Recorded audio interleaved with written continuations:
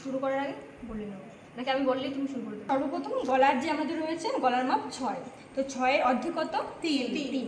তাহলে যেহেতু এটা আমাদের ফোল্ডে আছে তাহলে 3 নেব, তাই তো? এখানে কত আছে আমাদের? 3। আর আমার গলার ডিপটা নেব 5 ইঞ্চি।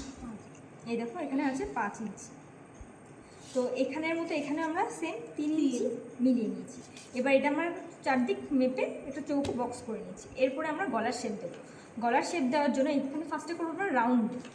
রাউন্ড নেক করার জন্য সর্বপ্রথম কী করতে হবে, এই যে কোণাটা রয়েছে এই কোণাটার বরাবর এখানে 1 ইঞ্চিতে মার্ক করতে হবে। 1 ইঞ্চিতে মার্ক করা হলো। এরপরে আমাদের যেই চক আছে চক দিয়ে আমরা শেপ দিয়ে নেব, ঠিক আছে? এই দেখো দেখাচ্ছি। আর এখানে যে মিড পয়েন্ট, এখানে একটা জিনিস করতে পারো তুমি, এখানে যে মিড পয়েন্ট মানে এখানে যে মাঝের অংশ রয়েছে সেখানে তুমি বরাবর গিয়ে মেলাবে। এই দেখো এখানে কত আছে? 2.5।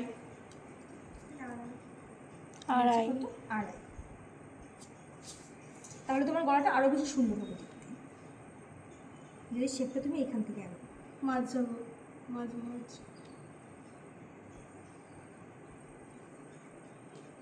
এটা হলো কি আমাদের রাউন্ড।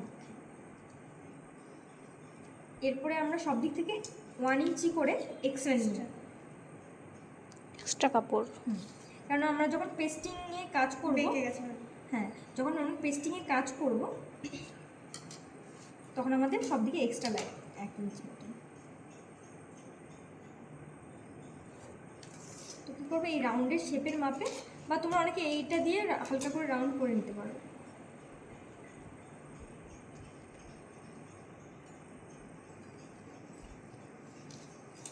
তারপর আমরা কাটিং করবো। কাটছে দাও।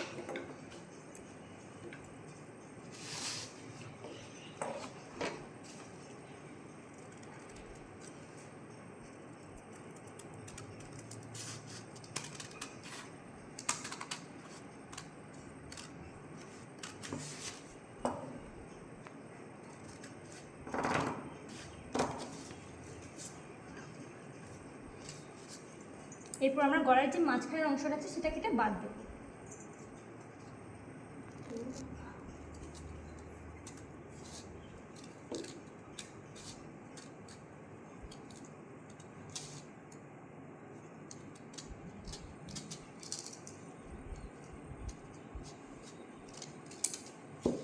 এই তৈরি হয়ে গেল আমাদের রাউন্ড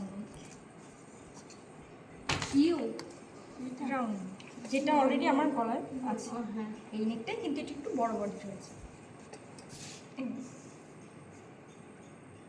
এরপরে এই মাপে আমরা পেস্টিং কাটবো। হ্যাঁ পেস্টিং কাটার পরে যে পেস্টিংটা কাটবো সেটার আমরা কাপড়ে প্রেস করবো, মানে আয়রনের সাহায্যে বসাবো।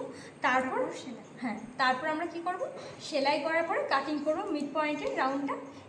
তারপর আমরা গলায় বসাবো, মানে যে জামাটা তৈরি করবো যে গলাটা, সেই গলাটা জামায় নিয়ে বসাবো, ঠিক আছে? এইভাবে কিন্তু যদি গলা কাটিং করে নাও তাহলে গলার শেপ এই দেখো একদম সুন্দর হবে এবং গলাটা খুব সুন্দর হবে যখন তুমি পেস্টিংয়ের সাহায্যে গলা বসাবে।